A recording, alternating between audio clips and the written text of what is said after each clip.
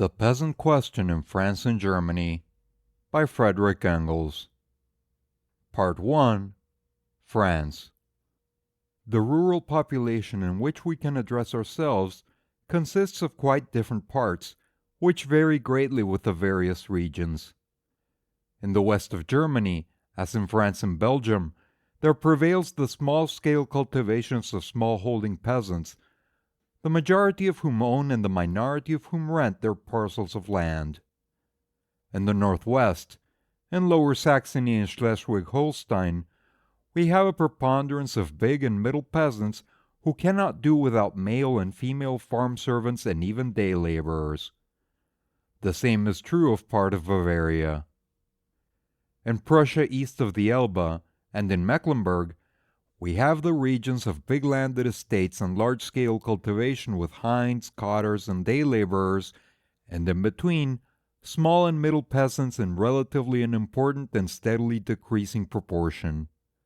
In central Germany, all of these forms of production and ownership are found mixed in various proportions, depending upon the locality, without the decided prevalence of any particular form over a large area.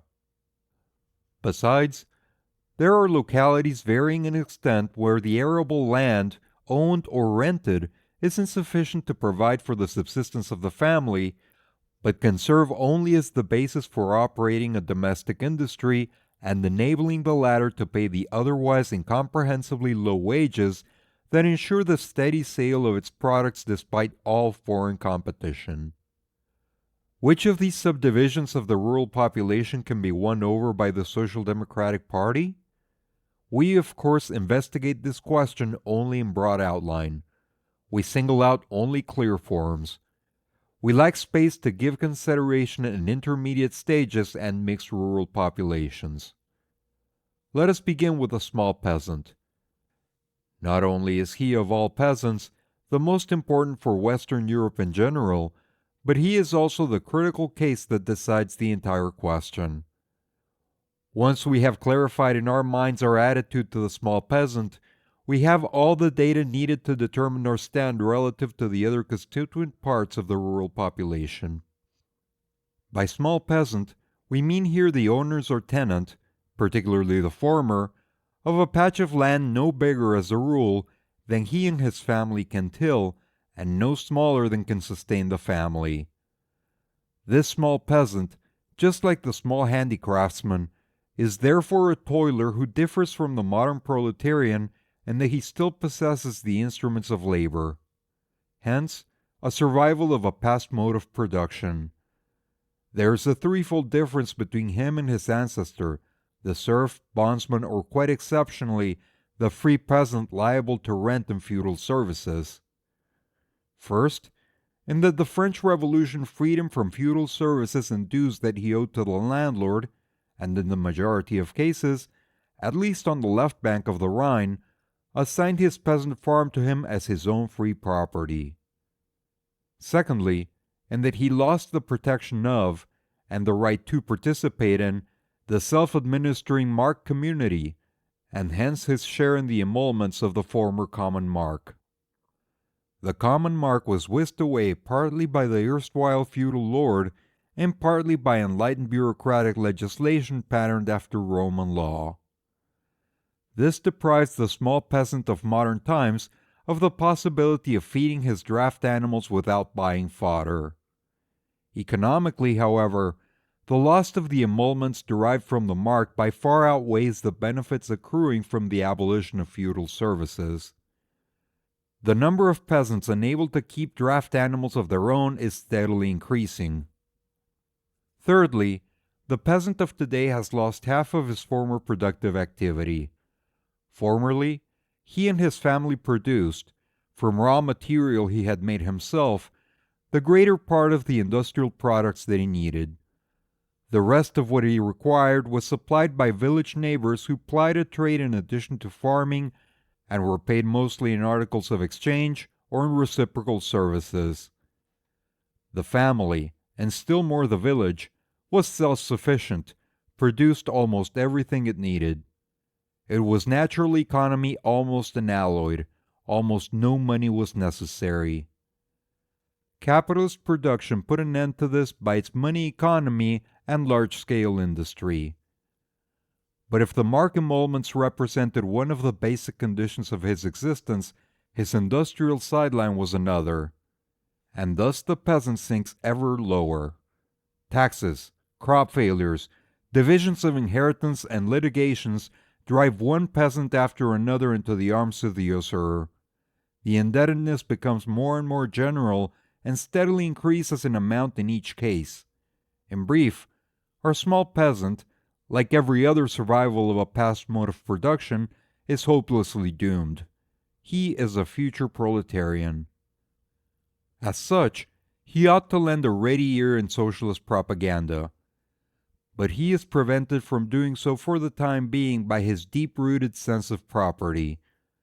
The more difficult it is for him to defend his endangered patch of land, the more desperately he clings to it, the more he regards the Social Democrats, who speak of transferring landed property to the whole of society, as just as dangerous a foe as the usurer and the lawyer.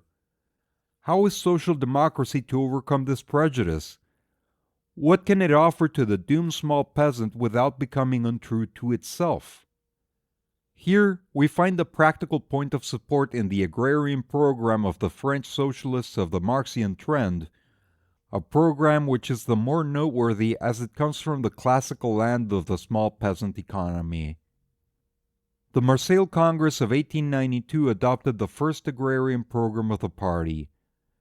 It demands for propertyless rural workers, that is to say, day laborers and hinds, minimum wages fixed by trade unions and community council.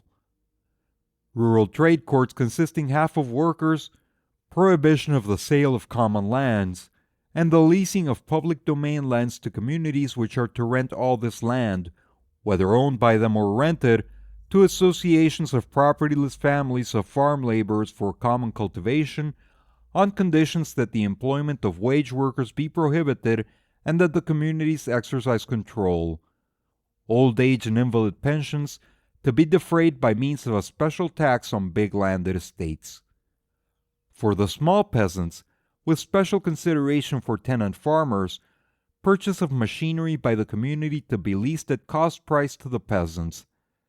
The formation of peasant cooperatives for the purchase of manure, drain pipes, seed, etc., and for the sale of the produce. Abolition of the real estate transfer tax if the value involved does not exceed 5,000 francs. Arbitration commissions of the Irish pattern to reduce exorbitant rentals and compensate quitting tenant farmers and sharecroppers (marailleurs) for appreciation of the land due to them. Repeal of Article 2102 of the Civil Code, which allows a landlord to own the distrained crop, and the abolition of the right of creditors to levy on growing crops. Exemption from levy and distraint of a definite amount of farm implements and of the crop, seed, manure, draft animals, in short, whatever is indispensable to the peasant for carrying on his business. Revision of the general cadastre, which has long been out of date, and until such time a local revision in each community. Lastly, free instruction in farming and agricultural experimental stations. As we see, the demands made in the interests of the peasants, those made in the interests of the workers do not concern us here for the time being, are not very far-reaching. Part of them has already been realized elsewhere. The tenants' arbitration courts follow the Irish prototype by express mention. Peasant cooperatives already exist in the Rhine provinces. The revision of the cadastre has been a constant pious wish of all liberals, and even bureaucrats, throughout Western Europe. The other points, too, could be carried into effect without any substantial impairment of the existing capitalist order. So much simply in characterization of the program. No reproaches intended, quite the contrary. The party did such good business with this program among the peasants in the most diverse parts of France that, since appetite comes with eating, one felt constrained to suit it still more to their taste. It was felt, however, that this would be treading on dangerous ground. How was the peasant to be helped? Not the peasant as a future proletarian, but as a present propertied peasant, without violating the basic principles of the general socialist program? In order to meet this objection, the new practical proposals were prefaced by a theoretical preamble, which seeks to prove that it is in keeping with the principles of socialism to protect small peasant property from destruction by the capitalist mode of production, although one is perfectly aware that this destruction is inevitable. Let us now examine more closely this preamble as well as the demands themselves, which were adopted by the Nantes Congress in September of this year. The preamble begins as follows. Whereas according to the terms of the general program of the party, producers can be free only insofar as they are in possession of the means of production. Whereas in the sphere of industry, these means of production have already reached such a degree of capitalist centralization that they can be restored to the producers only in the collective or social form, but in the sphere of agriculture, at least in present-day France, this is by no means the case, the means of production, namely the land, being in very many localities still in the hands of the individual producers themselves as their individual possession. Whereas even if this state of affairs characterized by small-holding ownership is irretrievably doomed, est fatalmente à dispêtre, still it is not for socialism to hasten its doom, as its task does not consist in separating property from labor but, on the contrary, in uniting both of these factors of all production by placing them in the same hands, factors the separation of which entails the servitude and poverty of the workers reduced to proletarians.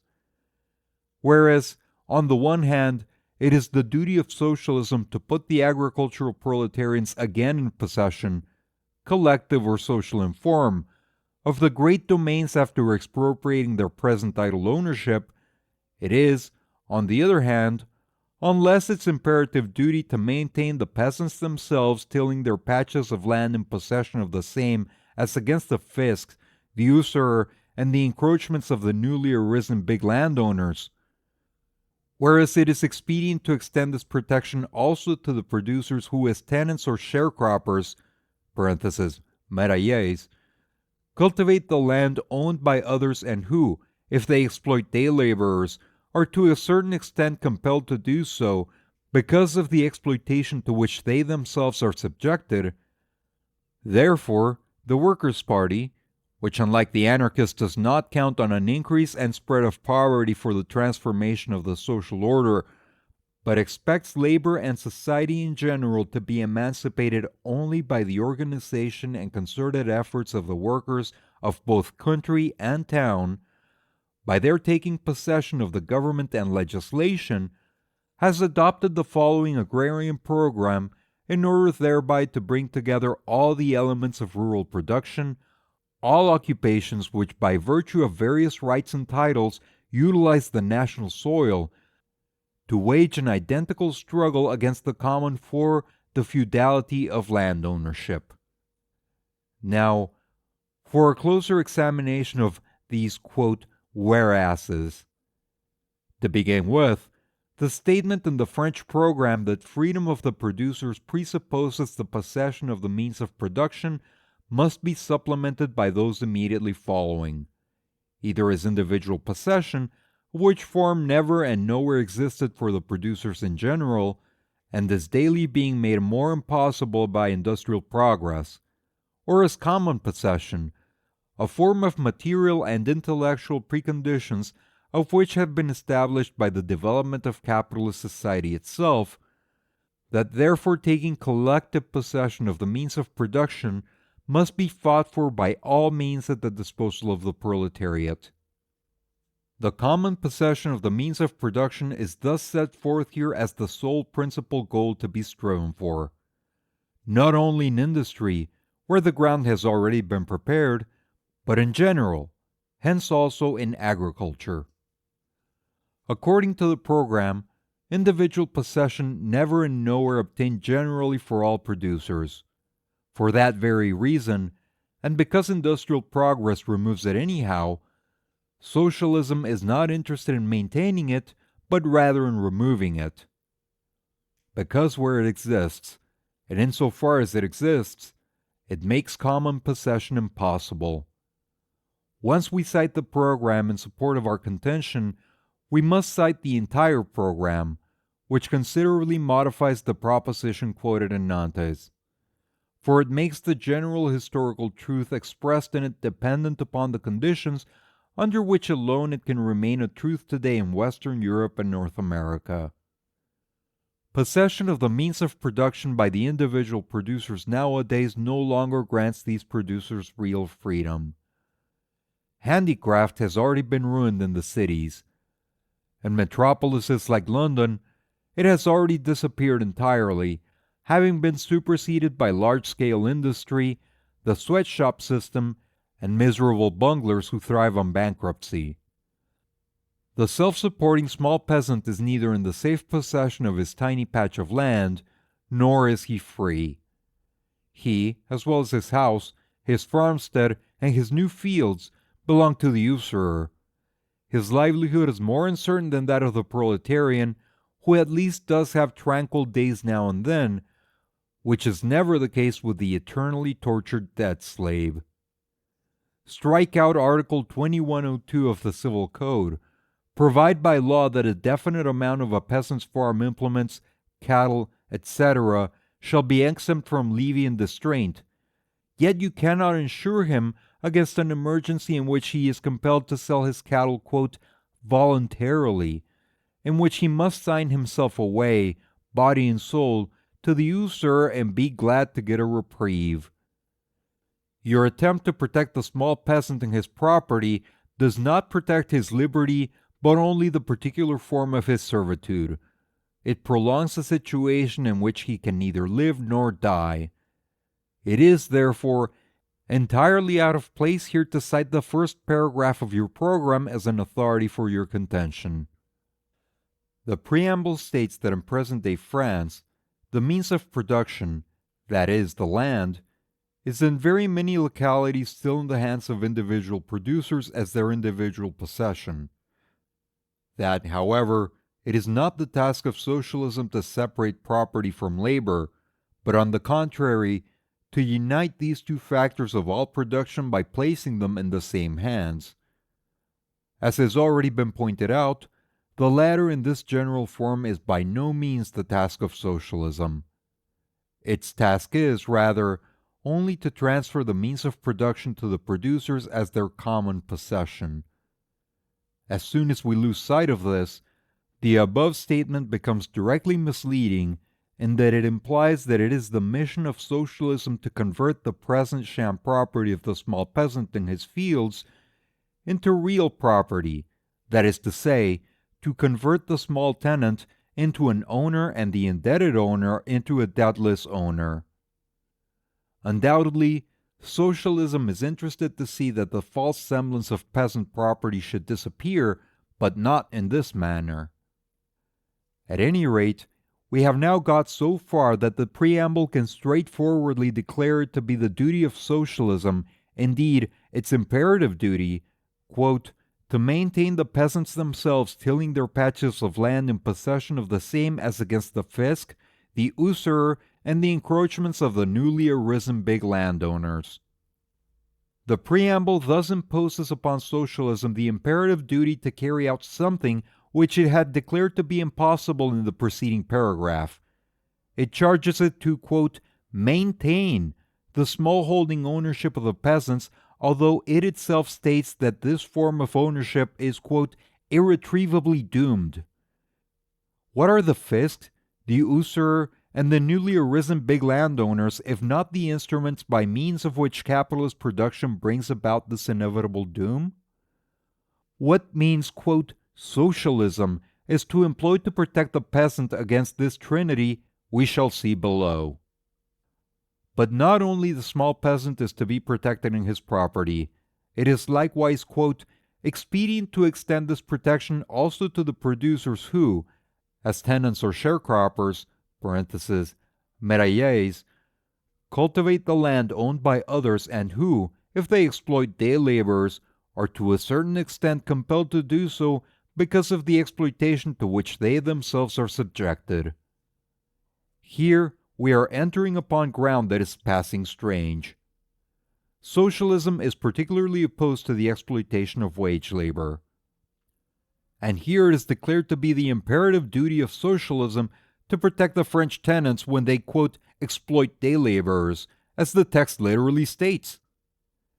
And that because they are compelled to do so, to a certain extent, by, quote, the exploitation to which they themselves are subjected.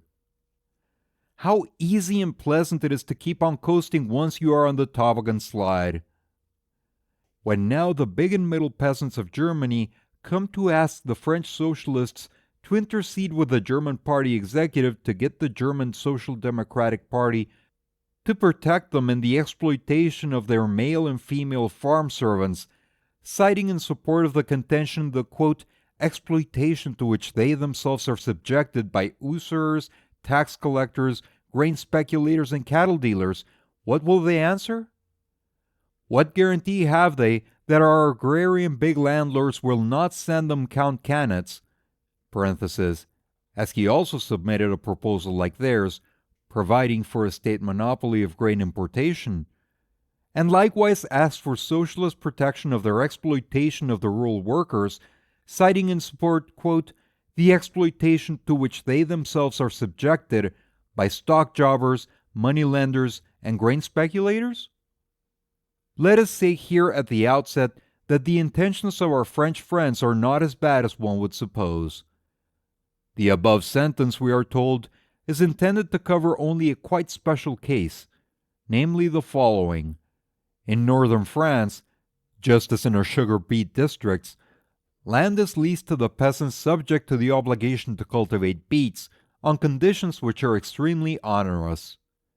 They must deliver the beets to a state factory at a price fixed by it, must buy a definite seed, use the fixed quantity of prescribed fertilizer, and on delivery are badly cheated in the bargain. We know all about this in Germany as well. But if this sort of peasant is to be taken under one's wing, this must be said openly and expressly. As the sentence reads now in its unlimited general form, it is a direct violation not only of the French program, but also of the fundamental principle of socialism in general, and its authors will have no cause for complaint if this careless piece of editing is used against them in various quarters to their intention.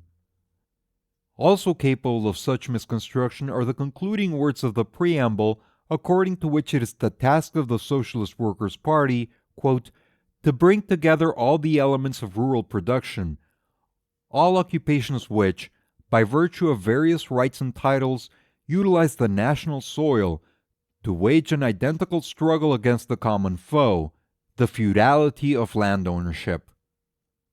I flatly deny that the Socialist Workers' Party of any country is charged with the task of taking into its fold, in addition to the rural proletarians and the small peasants, also the idle and big peasants, and perhaps even the tenants of the big estates, the capitalist cattle breeders and other capitalist exploiters of the national soil. To all of them, the feudality of land ownership may appear to be a common foe. On certain questions, we may make common cause with them and be able to fight side by side with them for definite aims. We can use in our party individuals from every class of society, but have no use whatever for any groups representing capitalist, middle bourgeois, or middle peasant interests. Here, too, what they mean is not as bad as it looks. The authors evidently never even gave all this a thought. But unfortunately they allowed themselves to be carried away by their zeal for generalization, and they must not be surprised if they are taken at their word. After the preamble came the newly adopted addenda to the program itself. They betray the same cursory editing as the preamble. The article providing that the communities must procure farming machinery and lease it at cost to the peasants is modified so as to provide that the communities are, in the first place, to receive state subsidies for this purpose, and secondly, that the machinery is to be placed at the disposal of the small peasants gratis. This further concession will not be to much avail to the small peasants, whose fields and mode of production permit of but little use of the machinery. Furthermore, quote, substitution of a single progressive tax on all incomes upwards of 3,000 francs for all existing direct and indirect taxes. A similar demand has been included for many years in almost every social democratic program. But that this demand is raised in the special interests of the small peasants is something new and shows only how little its real scope has been calculated. Take Great Britain. There, the state budget amounts to £90 million, of which 13.5 to 14 million are accounted for by the income tax. The smaller part of the remaining 76 million is contributed by taxing business, parentheses, post and telegraph charges, stamp tax, but by far the greater part of it by imposts on articles of mass consumption, by the constantly repeating clipping of small, imperceptible amounts totaling many millions from the incomes of all members of the population, but particularly of its poorer sections. In present-day society, it is scarcely possible to defray state expenditures in any other way.